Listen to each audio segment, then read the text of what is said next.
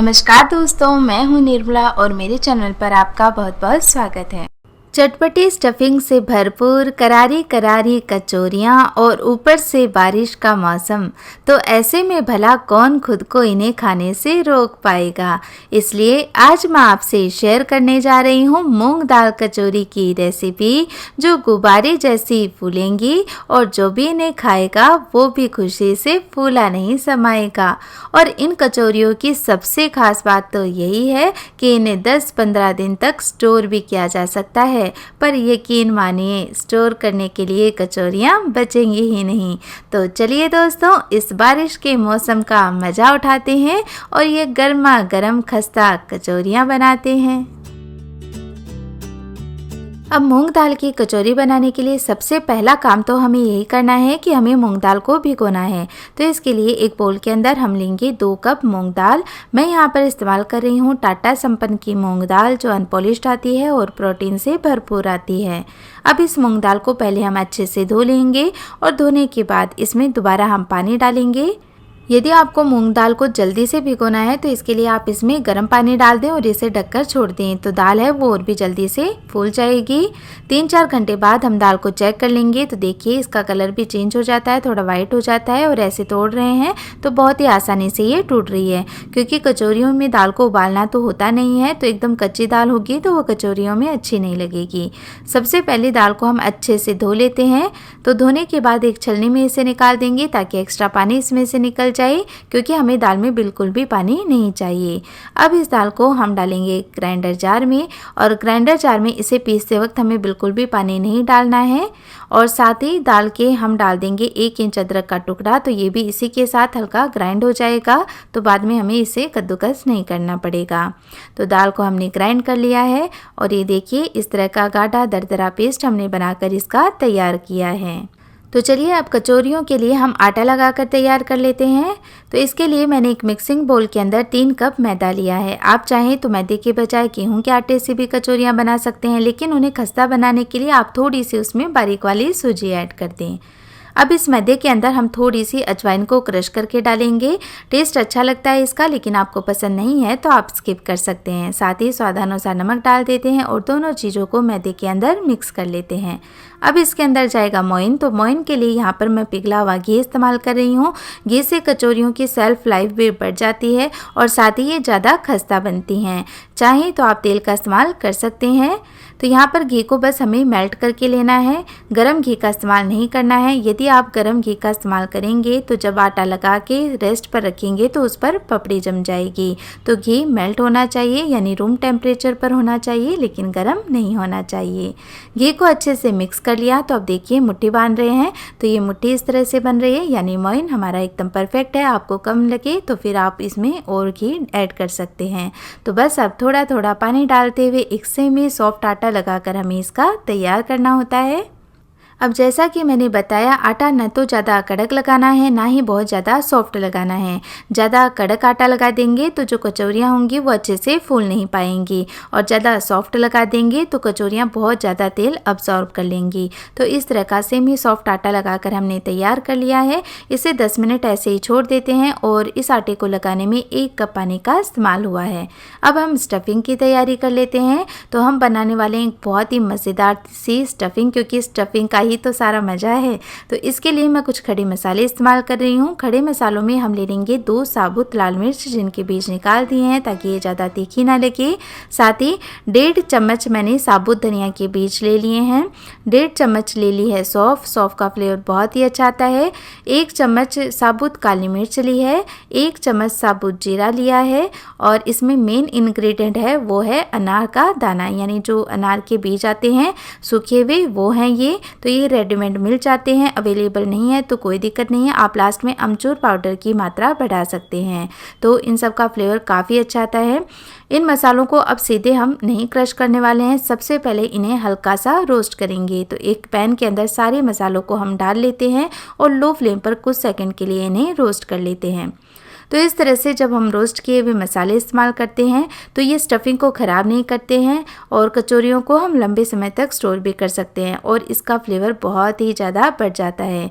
तो बहुत ज़्यादा इसका कलर चेंज नहीं करना है, बस हल्का सा इसका मॉइस्चर ख़त्म हो जाए और बहुत ही हल्की सी इसमें खुशबू आने लगे, तब तक इन्हें रोस्ट करें। ये जो मसाला हम तैयार कर रहे हैं वो मल्टीपर्पज़ है। आप कोई भी सब्जी, दाल वगैरह में ये थोड़े से खड़े मसाले इस तरह से ग्राइंड करके यदि रख भी देते हैं, स्टोर कर लेते हैं और डालते हैं तो बहुत ही अच्छा फ्लेवर लाते हैं। तो इन खड़े मसालों को हम एक ग्राइंडर जार में ट्रांसफ़र कर लेते हैं। अभी ये हल्के गर्म है तो थोड़ा ठंडा होने देते हैं। ठंडा होने के बाद इन्हें हम दरदरा ग्राइंड कर लेंगे। तब तक पैन के अंदर हम डाल लेते हैं तेल। 3 से 4 चम्मच हम तेल डालेंगे। तेल के बजाय आप चाहें तो घी का इस्तेमाल भी कर सकते हैं।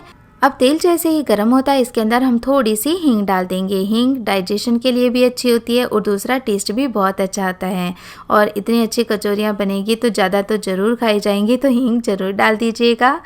तो जैसे ही हींग पकती है, ये जो खड़े मसाले हमने ग्राइंड कर लिए हैं वो भी इसके अंदर डाल लेते हैं। और ये पहले से ही रोस्ट हुए हुए हैं तो बहुत ज़्यादा देर तक इन्हें पकाने की ज़रूरत नहीं है। तो बस कुछ सेकंड के लिए हमने तेल के अंदर इन्हें सौटे कर लिया है और बहुत ही लाजवाब खुशबू भी इनमें से आने लगी है।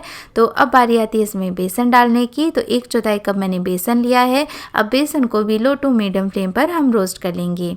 बेसन को अभी हमें 50% ही पकाना है, ज़्यादा नहीं पकाना है क्योंकि अभी ये आगे और भी पकेगा। बेसन डालने से कचौरियों की जो स्टफिंग होती है उसमें बाइंडिंग आ जाती है तो वो अच्छे से स्टफ़ हो पाती हैं। यदि आपको गोल गोल एकदम बोल के जैसे ही बनानी होती हैं तो आप बेसन की मात्रा और बढ़ा दें, तो इससे स्टफिंग होती है वो आपस में चिपकी रहेगी। तो बेसन को हमने रोस्ट कर लिया है और ये जो ग्राइंड करके दाल हमने रखी है वो भी अब इसके अंदर ऐड कर लेते हैं। अब दाल को भी हम लो टू मीडियम फ्लेम पर रोस्ट कर लेते हैं। तो दाल को यहाँ पर रोस्ट करने में थोड़ा सा टाइम लगेगा क्योंकि दाल गीली होती है और कच्चा फ्लेवर इसका बिल्कुल नहीं आना चाहिए। तो थोड़ी देर में आप देखेंगे कि दाल कैसे अच्छे से फूल गई है। जब हमने इसे पीसा था तो एकदम पेस्ट के जैसी लग रही थी, लेकिन अभी एकदम दाने दाने से इसमें दिखाई दे रहे हैं। अब दाल 50% तक पक चुकी है और 50% हम इसे मसालों के साथ पकाएंगे। तो ये कुछ पाउडर मसाले हमने लिए हैं। तो मसालों में हमने लिया है लाल मिर्च का पाउडर। ज़्यादा तीखा पसंद हो तो आप लाल मिर्च ज़्यादा ले सकते हैं क्योंकि हमने हरी मिर्च का इस्तेमाल इसमें नहीं किया है। साथ ही ले लेंगे आमचूर का पाउडर। खटाई इसमें बहुत ही ज़रूरी है, चाहे तो नींबू के जूस का इस्तेमाल भी कर सकते हैं। 1 चम्मच हमने भुने हुए जीरे का पाउडर लिया है और क्योंकि हम इसे स्टोर भी करने वाले हैं तो धनिया पत्ती भी इसमें नहीं डालेंगे, तो हम डालेंगे इसके अंदर कसूरी मेथी। और साथ ही जाएगा इसमें धनिया पाउडर और स्वाद के अनुसार नमक। और इन मसालों को इस स्टफिंग में डालकर अच्छे से मिक्स कर लेते हैं। तो ये देखिए स्टफिंग कैसे एकदम खिली खिली लग रही है और बहुत ही बढ़िया इसमें से खुशबू आ रही है मसालों की और बहुत ही लाजवाब ये लगती है क्योंकि सारा टेस्ट तो स्टफिंग का ही आता है कचौरियों में। जितनी अच्छी हम स्टफिंग तैयार करेंगे कचौरियाँ खाने में उतनी ही टेस्टी लगेंगी। तो ये मसाले, दाल वगैरह सब अच्छे से पक चुके हैं। तो लास्ट में 1 चम्मच गरम मसाला डालकर इस मसाले को भी 1 मिनट इस स्टफिंग के साथ अच्छे से मिक्स कर लेते हैं। और यदि आप इन कचौरियों को स्टोर नहीं करना चाहते हैं तो लास्ट में आप इसमें धनिया पत्ती भी डाल सकते हैं, नींबू का जूस भी डाल सकते हैं या टोमेटो केचप भी डाल सकते हैं। तो बस ये हमारी मज़ेदार स्टफिंग है तैयार। इसे हम ठंडा करने के लिए छोड़ देते हैं और ये जो डो हमने लगा कर रखा था इसे एक बार फिर से मसल कर थोड़ा सा चिकना कर लेते हैं। तो आटा भी लगकर तैयार है। तो जिस साइज़ की आप कचौरियाँ बनाना चाहते हैं उस साइज़ की आप लोई तोड़ लें और इसे बेल लें। तो या तो आप इसे हाथ में फैला लें या फिर सीधा सरल काम है कि आप इसे बेलन से ही बेल लें। और बेलन से बेलते समय एक बात का ज़रूर ख्याल रखें कि इसके किनारों पर ही आप इसे प्रेस करें ताकि बीच में ये थोड़ा मोटा रहे, किनारे थोड़े पतले रहें। और ऐसे हथेलियों में इसे ले लें और जितनी स्टफिंग आप डालना चाहें आपसे डलती है उतनी स्टफिंग इसके अंदर डाल दें। तो देखिए मैंने तो अच्छे से इसे स्टफिंग से भर लिया है। तो जितनी हम लोई तोड़ते हैं वैसे उतनी ही इसमें स्टफिंग डाली जाती है। चाहे तो आप स्टफिंग की गोलियां सी बनाकर भी रख सकते हैं, लेकिन गोलियां बनाएंगे तब तक टाइम वेस्ट होगा, उतने में तो हम स्टफिंग भरकर तैयार भी कर लेंगे। तो बस डायरेक्ट ही कचौरियों में ये स्टफिंग डालते जाएँ और बहुत ही ईजी है। ऐसे सलवटे डाल दें और ऊपर से इसे ऐसे प्रेस कर दें। और ये किनारा यदि एक्स्ट्रा है तो इसे तोड़कर साइड में कर दें, नहीं तो इसी के ऊपर चिपका दें। तो एक्स्ट्रा पार्ट को मैंने हटा दिया है और जो लास्ट पार्ट ये बच गया है इसे अच्छे से सील कर लेंगे। तो जहाँ भी आपको गैप दिखाई दे उसे अच्छे से सील कर दें।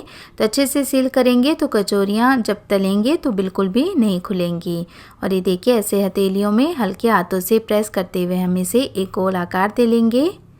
अब ये तो कचौरी बनाने का बहुत ही कॉमन तरीका है जो हम हमेशा ही अपनाते हैं, लेकिन यदि आप पहली बार कचौरी बना रहे हैं या किचन में नए हैं तो इसके लिए मैं आपको एक सिंपल तरीका भी बता देती हूँ। तो इसके लिए एक लोई लें और इसे एक बड़ी रोटी के रूप में बेल लें। ध्यान रखिए किनारों पर ज़्यादा जोर लगाएं ताकि ये पतले रहें। अब आप इस तरह की एक बड़ी कटोरी ले सकते हैं या कोई भी स्टील की कटोरी भी ले सकते हैं। ये रोटी अब इसके ऊपर रख दें और स्टफिंग इसके बीच में डाल दें। तो इससे क्या होगा कि हमें एक बेस मिल जाएगा और बहुत ही आराम से हम ऊपर की साइड में इसमें सलवटें ऐसे डाल सकते हैं। तो बस अब इसे ऊपर से पकड़ते जाएं, सलवटें डालते जाएं और एक जगह सारे डो को इकट्ठा कर लें। तो ये बहुत ही आसानी से हो जाता है। पहली बार बना रहे हैं तो बहुत ही आसानी से आप इसे बना सकते हैं। तो बस इसे ऊपर से सील कर दें। एक्स्ट्रा पार्ट को आप हटा सकते हैं या ऊपर चिपका सकते हैं और इसे ऐसे प्रेस करके हम हाथ से एकदम गोल गोल कर लेंगे। तो इस तरह से मैं कुछ कचौरियाँ बनाकर तैयार कर लेती हूँ। अब कचौरियाँ हम बनाते जाएंगे और फ्राई करते जाएंगे। तो एक बार में ज़्यादा कचौरियाँ हम फ्राई नहीं करेंगे, इसके लिए पहले ही हम ये कचौरियाँ फ्राई कर लेते हैं और जब ये कचौरी फ्राई होगी हम दूसरा बैच तैयार कर लेंगे। तो कढ़ाई में तेल चढ़ा दिया है गर्म होने के लिए। गैस का फ्लेम मैंने लो रखा है। अब कचौरियों को फ्राई करते समय यदि आप चाहते हैं कि वो अच्छे फूले भी, अच्छी खस्ता भी बने, तो इसके लिए कभी भी तेल का टेम्परेचर ज़्यादा नहीं होना चाहिए। तेल का टेम्परेचर एकदम लो होना चाहिए। लो फ्लेम पर ही इन्हें धीरे धीरे फ्राई करें। तो इससे क्या होगा कि कचौरियाँ काफ़ी खस्ता भी बनेंगी और काफ़ी अच्छे से फूलेंगी। और यदि गर्म तेल में हम डाल देते हैं तो नीचे की जो लेयर होती है कचौरी की वो कच्ची रह जाती है, ऊपर से बहुत ही जल्दी से ये पक जाती हैं। इसलिए थोड़ा सा पेशेंस का काम है कचौरी को फ्राई करने का, लेकिन जो रिज़ल्ट आता है वो बहुत ही अच्छा आता है। इसलिए मैंने कहा था कि हम ये 4 कचौरियाँ डाल लेते हैं और जब ये 4 कचौरियाँ हमारी धीरे धीरे फ्राई होंगी हम साइड बाय साइड दूसरी कचौरियाँ भरकर तैयार कर लेंगे। तो इससे हमारा टाइम भी बच जाएगा। तो ये देखिए इस तरह एक दो बार अलटते पलटते हुए हम इन कचौरियों को लो टू मीडियम फ्लेम पर फ्राई कर लेंगे। एक बार जब कचौरी अच्छे से फूल जाए तो आप गैस का फ्लेम बढ़ा सकते हैं, लेकिन ध्यान रखना है जब आप दूसरा बैच फ्राई करें तो गैस का फ्लेम ऑफ कर दें ताकि वो कचौरियाँ ज़्यादा गर्म तेल के संपर्क में ना आकर ऐसा ना हो कि वो फूले नहीं या फट जाएं। तो ये हमारी एकदम बढ़िया खस्ता मज़ेदार कचौरियाँ बनकर तैयार हैं। तो इन्हें हम निकाल लेंगे और मैंने दूसरी कचौरियाँ बनाकर तैयार कर ली हैं तो वो अब इस तेल में डाल दूँगी। अभी मैंने गैस का फ्लेम ऑफ कर दिया है। तो बहुत ही छोटी छोटी बातें होती हैं लेकिन इनको ध्यान रखा जाए तो कचौरी बहुत ही अच्छी बनती है। और ये एक कचौरी मैं आपको तोड़कर दिखाती हूँ और आप देख सकते हैं मैं बहुत ही आसानी से इसे छू पा रही हूँ क्योंकि ये काफ़ी अच्छे से ठंडी हो चुकी है। गर्मा गर्म तो ये खस्ता रहती हैं और ये देखिए ठंडा होने के बाद ये ऐसे ही खस्ता बनी रहती हैं, चाहे आप 10-15 दिन तक भी इसे स्टोर करें।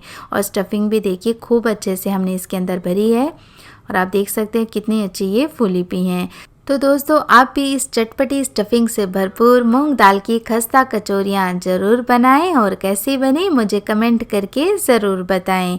और यदि आज का ये वीडियो आया है आपको पसंद तो प्लीज़ लाइक का बटन ज़रूर दबाएं और यदि मेरे चैनल पर नए हैं तो चैनल को सब्सक्राइब करना भी ना भूलें। अपना कीमती समय देने के लिए आपका बहुत बहुत धन्यवाद। मिलते हैं एक और नए वीडियो के साथ, तब तक हंसते रहिए, हंसाते रहिए।